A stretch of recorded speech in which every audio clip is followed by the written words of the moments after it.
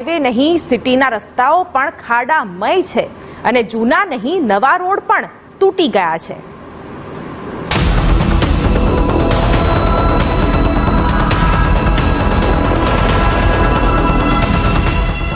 આમ તો ચોમાસામાં પણ તમને રાજ્યના કોઈ પણ શહેરમાં મસ્ત મજાના રસ્તા જોવા મળે એવું શક્ય જ નથી.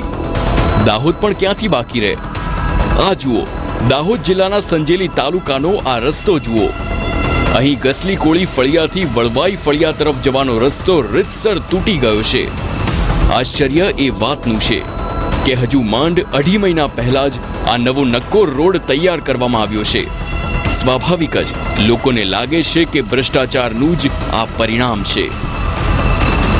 2.5 કિલોમીટર જેટલો રસ્તો છે અને આ રસ્તો હલકી ગુણવત્તાના કારણે આ રસ્તો વચ્ચેથી ફાટ્યો છે અને તૂટી ગયો છે.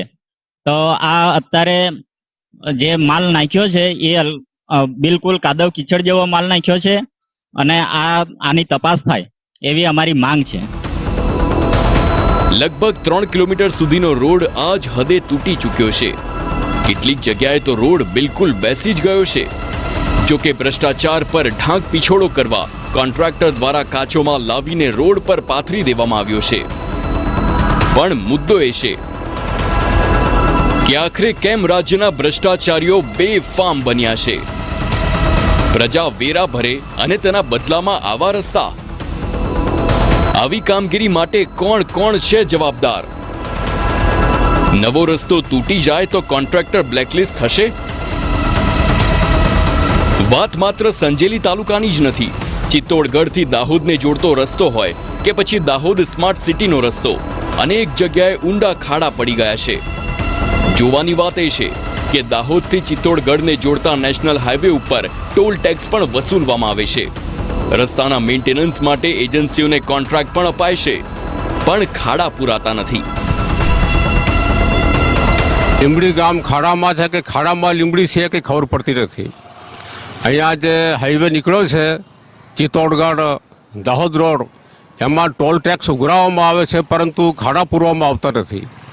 તો સરકારને વિનંતી છે કે પહેલા ખાડા પુરાવે અને પછી ટોલ ટેક્સ ઉઘરાવે. બીજી તરફ દાહોદ સ્માર્ટ સિટી બન્યું ત્યારથી મુશ્કેલી ઓછી થવાને બદલે વધી ગઈ છે. કેમ કે સ્માર્ટ સિટી ડેવલપમેન્ટ વિભાગ, પાલિકા અને કોન્ટ્રાક્ટરો વચ્ચે સંકલનના અભાવે વારંવાર ખોદકામ ચાલતા રહેશે, જેના કારણે પાકા બનાવેલા અનેક રસ્તા ઉપર પણ ખાડાઓ પડી ગયા છે. મુખ્યમંત્રીએ ભલે ખાડાઓ સત્વરે પૂરવાની સૂચના આપી હોય, પણ અહીં તો બધું શેઠની શિખામણ ઝાંપા સુધી જેવું છે.